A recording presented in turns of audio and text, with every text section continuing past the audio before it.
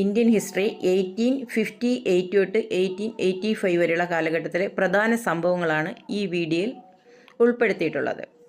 1858 Victoria രാജ്ഞിയുടെ proclamation ഉണ്ടാകുന്നു. അതായത് വിക്ടോറിയ രാജ്ഞിയുടെ വിളംബരം 1858 ഈ വിളംബരത്തോടുകൂടി ഇന്ത്യയിൽ ഈസ്റ്റ് ഇന്ത്യ കമ്പനിയുടെ ഭരണം പൂർണ്ണമായും അവസാനിക്കുന്നു. ഇന്ത്യയിൽ ഈസ്റ്റ് ഇന്ത്യ കമ്പനിയുടെ ഭരണം പൂർണ്ണമായും അവസാനിക്കുന്നത് 1858 വിക്ടോറിയ രാജ്ഞിയുടെ വിളംബരത്തോടെയാണ്. ഈ വിളംബരത്തെ ഇന്ത്യൻ ജനതയുടെ മാഗ്ന കാർട്ട എന്നും അറിയപ്പെടുന്നു. ഇന്ത്യൻ ജനതയുടെ മാഗ്ന കാർട്ട എന്നും അറിയപ്പെടുന്നു. 1858 ഇന്ത്യ ഗവൺമെൻറ് ആക്ട് പാസ്സാക്കുന്നു. 1858 ഇന്ത്യ ഗവൺമെൻറ് ആക്ട് പാസ്സാക്കുന്നു. ഈ ഇന്ത്യ ഗവൺമെൻറ് ആക്ട് പാസ്സാക്കിയതിനെ തുടർന്ന് ഇന്ത്യയുടെ ഭരണം ബ്രിട്ടീഷ് രാജ്ഞിയുടെ നേരിട്ടുള്ള നിയന്ത്രണത്തിലാകുന്നു. 1858 ഇന്ത്യ ഗവൺമെൻറ് ആക്ടിനെ തുടർന്ന് ഇന്ത്യയുടെ ഭരണം ബ്രിട്ടീഷ് രാജ്ഞിയുടെ നേരിട്ടുള്ള നിയന്ത്രണത്തിലാകുന്നു. ബ്രിട്ടീഷ് രാജ്ഞി ഇന്ത്യയുടെ ഭരണാധിയായിരുന്ന കാലഘട്ടം ഇതിനെ ബ്രിട്ടീഷ് രാജ് എന്നറിയപ്പെടുന്നു. ബ്രിട്ടീഷ് രാജ്ഞി ഇന്ത്യയുടെ ഭരണാധികാരിയായിരുന്ന കാലഘട്ടത്തെ ബ്രിട്ടീഷ് രാജ് എന്ന് അറിയപ്പെടുന്നു. തുടർന്ന് secretary of state for India എന്ന ഒരു തസ്തിക രൂപീകരിക്കുന്നു. Secretary of state for India എന്ന ഒരു തസ്തിക രൂപീകരിക്കുന്നു. അതായത് ബ്രിട്ടീഷ് പാർലമെൻറ്റിൽ ഇന്ത്യയുടെ കാര്യങ്ങൾക്കായി ഒരു മന്ത്രിപദം, ബ്രിട്ടീഷ് പാർലമെൻറ്റിൽ ഇന്ത്യയുടെ കാര്യങ്ങൾക്ക് വേണ്ടി ഒരു മന്ത്രിപദം, അതാണ് ഈ secretary of state for India എന്നതുകൊണ്ട് ഉദ്ദേശിക്കുന്നത്. ഇന്ത്യയുടെ ഗവർണർ ജനറൽ എന്ന പദവി മാറ്റി വൈസ്രോയി എന്നാക്കി. അങ്ങനെ ഗവർണർ ജനറൽ ആയിരുന്ന ക്യാനിൻ പ്രഭു വൈസ്രോയി എന്ന് അറിയപ്പെട്ടു. ഇന്ത്യൻ സിവിൽ സർവീസ് ശക്തിപ്പെടുത്തി. എന്നാൽ ഉയർന്ന തസ്തികളൊക്കെ ബൃട്ടീഷുകാർ തന്നെയാണ് കൈകാര്യം ചെയ്തിരുന്നത്. ഇന്ത്യക്കാരെ അതിൽ ഉൾപ്പെടുത്തി. ഇന്ത്യൻ സിവിൽ സർവീസ് ശക്തിപ്പെടുത്തി, ഇന്ത്യക്കാരെ അതിൽ ഉൾപ്പെടുത്തി. പക്ഷേ ഉയർന്ന തസ്തികളെല്ലാം ബ്രിട്ടീഷുകാർ തന്നെയാണ് കൈകാര്യം ചെയ്തിരുന്നത്. ക്യാനിൻ പ്രഭുവിൻ്റെ കാലഘട്ടം 1858 മുതൽ 1862 വരെ വൈസ്രോയി ആയിരുന്ന കാലഘട്ടം. ക്യാനിൻ പ്രഭു വൈസ്രോയി ആയിരുന്ന കാലഘട്ടം 1858 മുതൽ 1862 വരെ. ആർക്കിയോളജിക്കൽ സർവേ ഓഫ് ഇന്ത്യ സ്ഥാപിതമാകുന്നത് 1861. ആർക്കിയോളജി സർവേ ഓഫ് ഇന്ത്യ സ്ഥാപിതമാകുന്നത് 1861. സ്ഥാപകൻ പുരാവസ്തു ഗവേഷകനായ അലക്സാണ്ടർ കണ്ണിഹാം. ആർക്കിയോളജി സർവേ സ്ഥാപിതമാകുന്നത് 1861. സ്ഥാപകൻ അലക്സാണ്ടർ കണ്ണിഹാം. പുരാവസ്തു ഗവേഷകനായ Alexander Cunningham. Father of Indian archaeology എന്നറിയപ്പെടുന്നതും അലക്സാണ്ടർ കണ്ണിഹാമാണ്. അപ്പോൾ ഈ അലക്സാണ്ടർ കണ്ണിഹാം ആണ് ഫാദർ ഓഫ് ഇന്ത്യൻ ആർക്കിയോളജി എന്നറിയപ്പെടുന്നത്. ആർക്കിയോളജി സർവേ ഓഫ് ഇന്ത്യയുടെ ഫസ്റ്റ് ഡയറക്ടർ ജനറൽ എന്ന് പറയുന്നതും അദ്ദേഹമാണ്.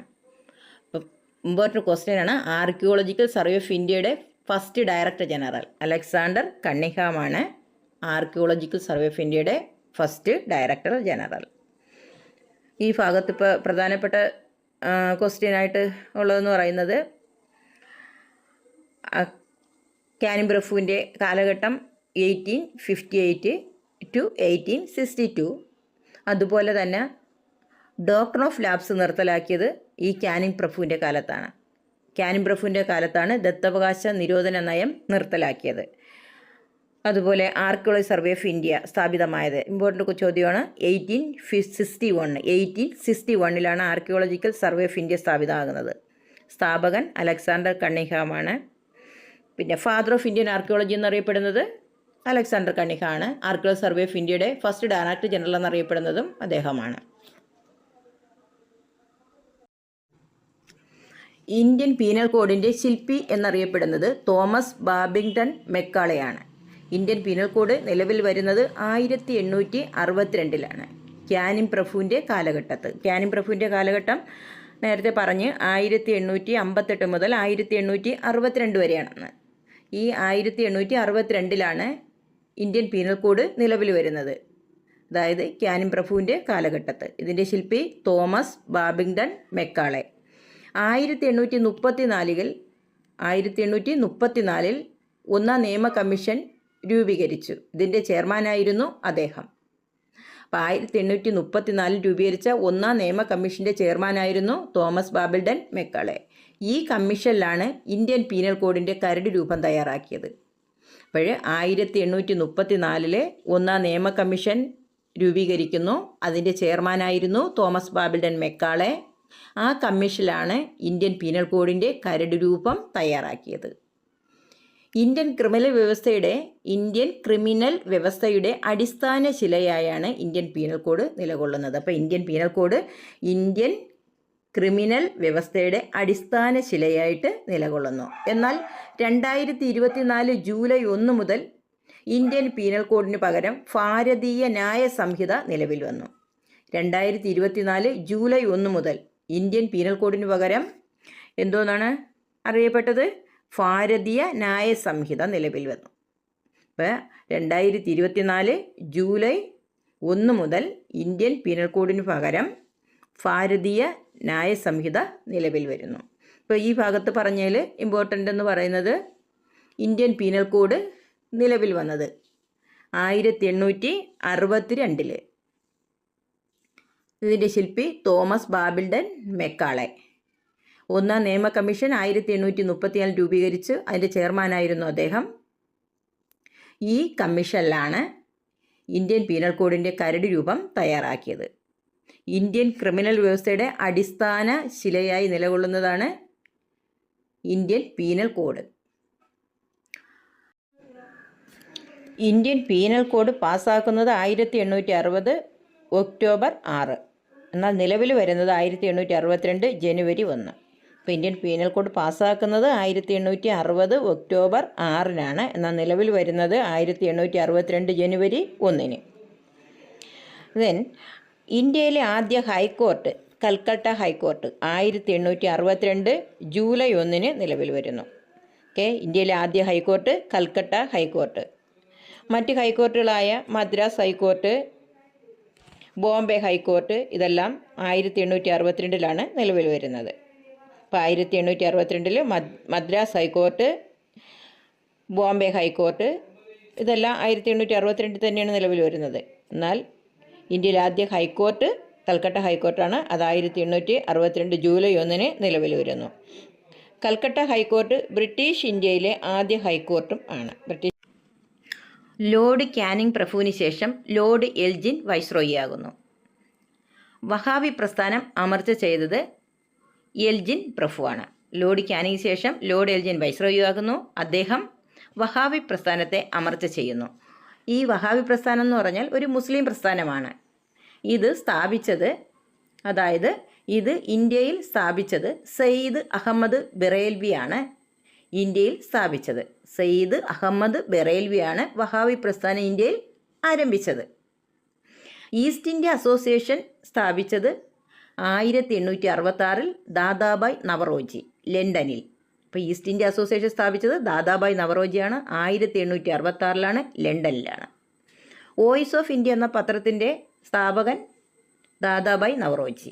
വോയിസ് ഓഫ് ഇന്ത്യ എന്ന പത്രത്തിൻ്റെ സ്ഥാപകൻ ദാദാബായ് നവറോജി 1883 ബോംബെയിൽ ആരംഭിച്ചു.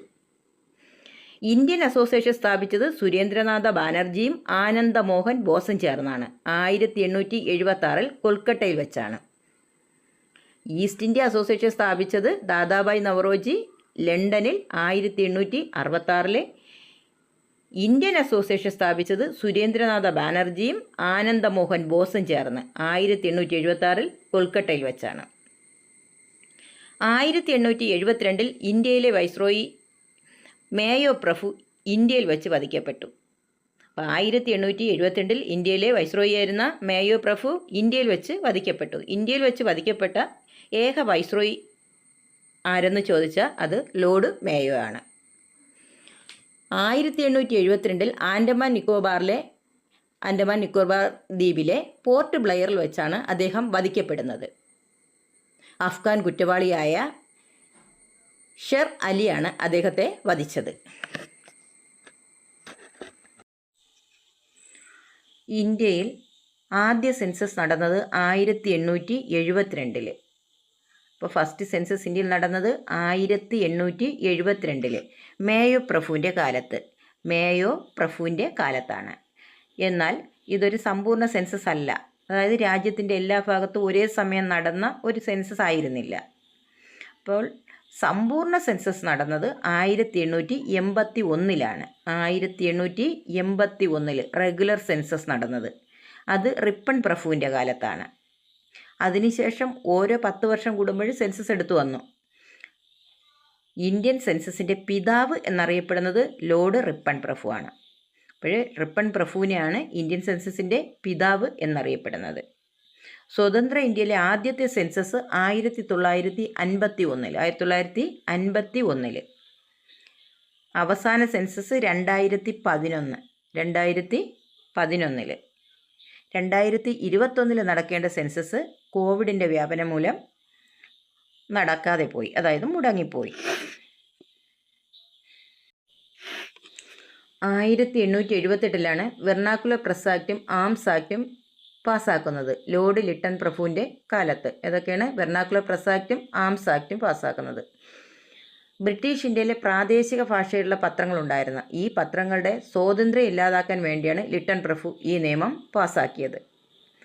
എന്നാൽ 1882 ലോർഡ് റിപ്പൺ പ്രഭു ഇതിനെ റദ്ദാക്കി, ഈ നിയമം റദ്ദാക്കി. ലിട്ടൺ പ്രഭുവിന് ശേഷം അധികാരത്തിൽ വന്ന, അതായത് വൈസ്രോയിയായി വന്ന റിപ്പൺ പ്രഭു ഈ നിയമം റദ്ദാക്കി. ആംസ് ആക്റ്റ്, ആയുധ നിയമം, 1878 ഈ നിയമം പാസ്സാക്കിയത്. ആംസ് ആക്റ്റ് പാസ്സാക്കിയത് 1878. ബ്രിട്ടീഷ് വൈസ്രോയി ആയിരുന്ന ലിട്ടൺ പ്രഭുവിൻ്റെ കാലത്താണ് ഈ നിയമം നിലവിൽ വരുന്നത്. ഈ നിയമം അനുസരിച്ച് ഇന്ത്യക്കാർ ലൈസൻസ് ഇല്ലാതെ ആയുധങ്ങൾ കൈവശം വയ്ക്കുകയോ നിർമ്മിക്കുകയോ വിൽക്കുകയോ ചെയ്താൽ അത് ക്രിമിനൽ കുറ്റമായിട്ട് കണക്കാക്കും. 1857 വിപ്ലവത്തിന് ശേഷം ഇന്ത്യയിൽ ആയുധങ്ങളുടെ മേൽ കൂടുതൽ നിയന്ത്രണങ്ങൾ കൊണ്ടുവരുന്നതിന് വേണ്ടിയാണ് ഈ നിയമം പാസ്സാക്കിയത്. ഇനി ഈ ഭാഗത്ത് ഓർമ്മിച്ചിരിക്കേണ്ട ഒരു പ്രധാന പോയിന്റ് എന്ന് പറയുന്നത് liberator of Indian press, Indian പ്രസിൻ്റെ വിമോചകൻ എന്നറിയപ്പെടുന്നത് ചാൾസ് മെറ്റ്കാഫ് ആണ്. Charles Metcalfe. ഇന്ത്യയിൽ തദ്ദേശ സ്വയംഭരണ സ്ഥാപനങ്ങൾക്ക് തുടക്കം കുറിച്ചത് റിപ്പൺ പ്രഭുവാണ്. 1882 ഇന്ത്യയിലെ തദ്ദേശ സ്വയംഭരണത്തിൻ്റെ പിതാവ് എന്നറിയപ്പെടുന്നത് റിപ്പൺ പ്രഭുവിനെയാണ്. ഇന്ത്യയിലെ തദ്ദേശ സ്വയംഭരണത്തിൻ്റെ പിതാവ് എന്നറിയപ്പെടുന്നത് റിപ്പൺ പ്രഭുവിനെയാണ്. 1882 വെർണാക്കുലർ പ്രസ് ആക്റ്റ് റദ്ദാക്കിയത് റിപ്പൺ പ്രഭുവാണ്. വെർണാക്കുലർ പ്രസ് ആക്റ്റ് റദ്ദാക്കിയത് 1882 റിപ്പൺ പ്രഭു. ഇന്ത്യയിലെ ആദ്യത്തെ ഫാക്ടറി ആക്ട് പാസ്സാക്കുന്നത് റിപ്പൺ പ്രഭുവിൻ്റെ കാലത്താണ്. 1881 ഫാക്ടറി ആക്ട് 1881. ഇന്ത്യയിലെ തൊഴിലാളികളുടെ തൊഴിൽ സാഹചര്യങ്ങൾ മെച്ചപ്പെടുത്തുന്നതിന് വേണ്ടിയാണ് ഈ ഫാക്ടറി ആക്ട് പാസ്സാക്കിയത്. ഈ ആക്ട് ബാലവേലയ്ക്ക് നിയന്ത്രണം ഏർപ്പെടുത്തി. റിപ്പൺ പ്രഭുവിൻ്റെ കാലത്ത് 1882 ഹണ്ടർ കമ്മീഷനെ നിയമിക്കുന്നു. അധ്യക്ഷൻ, ഈ ഹണ്ടർ കമ്മീഷൻ്റെ അധ്യക്ഷൻ സർ വില്യം ഹണ്ടറാണ്. സർ വില്യം ഹണ്ടറുടെ അധ്യക്ഷതയിലാണ് ഹണ്ടർ കമ്മീഷനെ നിയമിക്കുന്നത്. റിപ്പൺ പ്രഭുവിൻ്റെ കാലത്താണ്, അതായത് റിപ്പൺ പ്രഭു വൈസ്രോയി ആയിരിക്കുന്ന കാലഘട്ടത്ത്. ഇന്ത്യയിലെ വിദ്യാഭ്യാസ സമ്പ്രദായം മെച്ചപ്പെടുത്തുക, പ്രാഥമിക വിദ്യാഭ്യാസത്തിൻ്റെ പുരോഗതി എന്നിവയ്ക്ക് വേണ്ടിയാണ് ഈ കമ്മീഷനെ നിയമിച്ചത്. അതുപോലെ തന്നെ ഈ റിപ്പൺ പ്രഭു വൈസ്രോയി ആയിരുന്ന കാലഘട്ടത്താണ് ഇൽബർട്ട് ബിൽ അവതരിപ്പിക്കുന്നത്.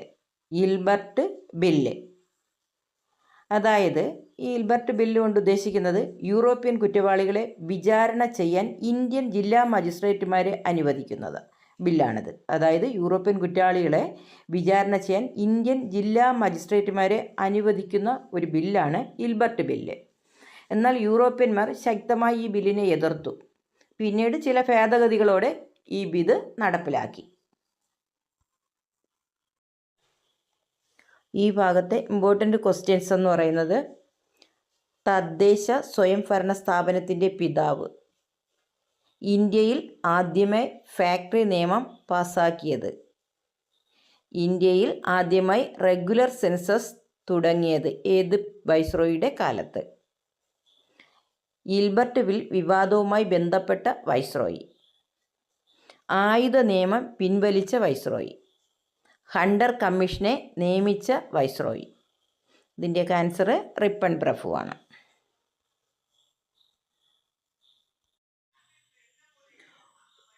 വുഡ്സ് ഡെസ്പാച്ച് ഇത് ഒരു വിദ്യാഭ്യാസ റിപ്പോർട്ടാണ്. സർ ചാൾസ് വുഡ് 1854 തയ്യാറാക്കിയ ഒരു വിദ്യാഭ്യാസ റിപ്പോർട്ട്.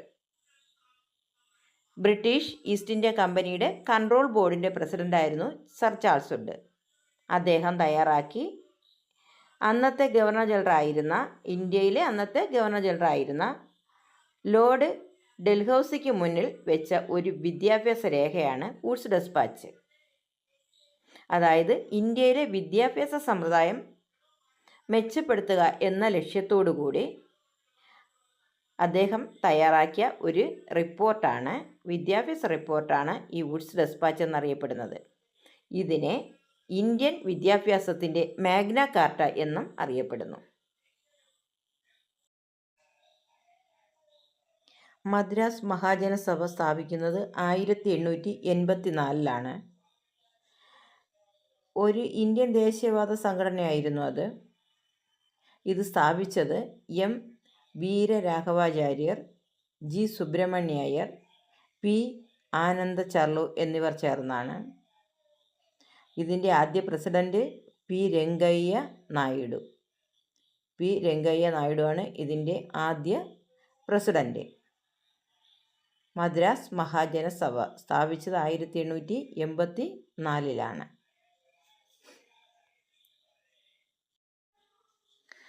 ഇന്ത്യൻ നാഷണൽ കോൺഗ്രസ് സ്ഥാപിക്കുന്നത് 1885 ഡെഫ്രൻ പ്രഭുവിൻ്റെ കാലഘട്ടത്ത്. അതായത് ഡെഫ്രൻ പ്രഭു ഇന്ത്യയിലെ വൈസ്രോയി ആയിരുന്ന കാലഘട്ടത്ത് 1885.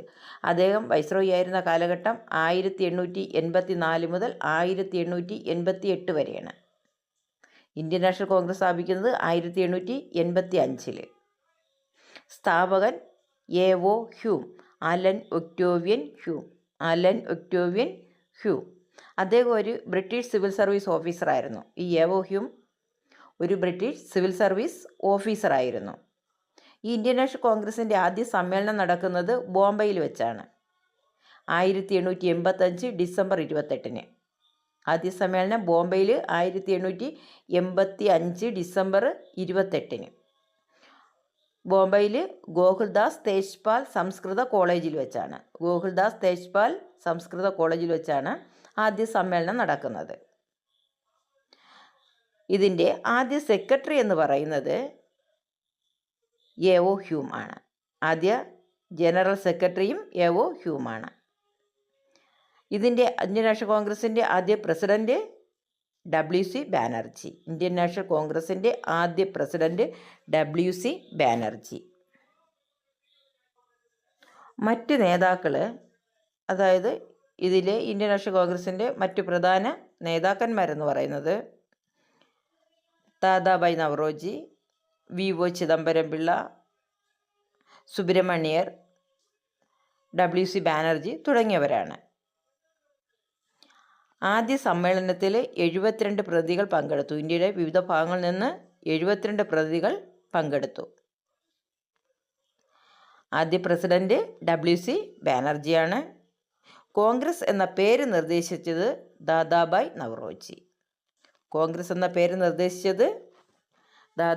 നവറോജി. ആദ്യ സമ്മേളനം നടത്താനിരുന്നത് പൂനെയിൽ വെച്ചായിരുന്നു. എന്നാൽ പ്ലേഗ് രോഗബാധയെ തുടർന്ന് സമ്മേളനം ബോംബെയിലേക്ക് മാറ്റി.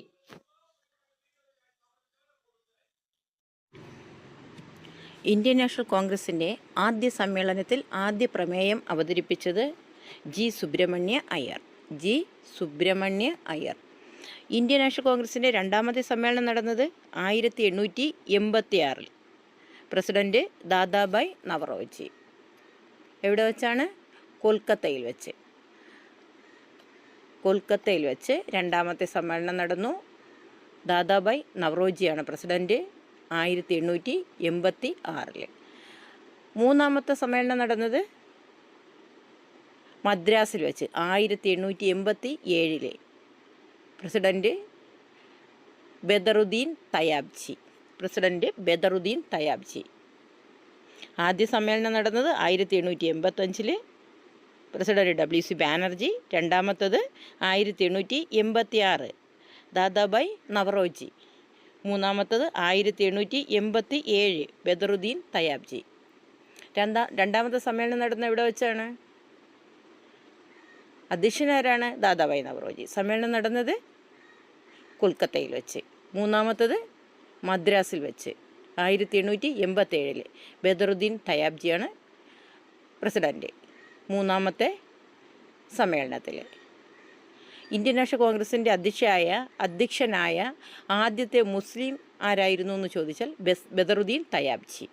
ഇന്ത്യൻ നാഷണൽ കോൺഗ്രസിൻ്റെ അധ്യക്ഷനായ ആദ്യത്തെ മുസ്ലിം ആരെന്ന് ചോദിച്ചാൽ ബദറുദ്ദീൻ തയാബ്ചി. ഇന്ത്യൻ നാഷണൽ കോൺഗ്രസിൻ്റെ നാലാമത്തെ സമ്മേളനം നടന്നത് 1888 അലഹബാദിൽ വെച്ച്. 1888 നാലാം സമ്മേളനം അലഹബാദ്. നാലാം സമ്മേളനത്തിൻ്റെ പ്രസിഡന്റ് ജോർജ് യൂൾ.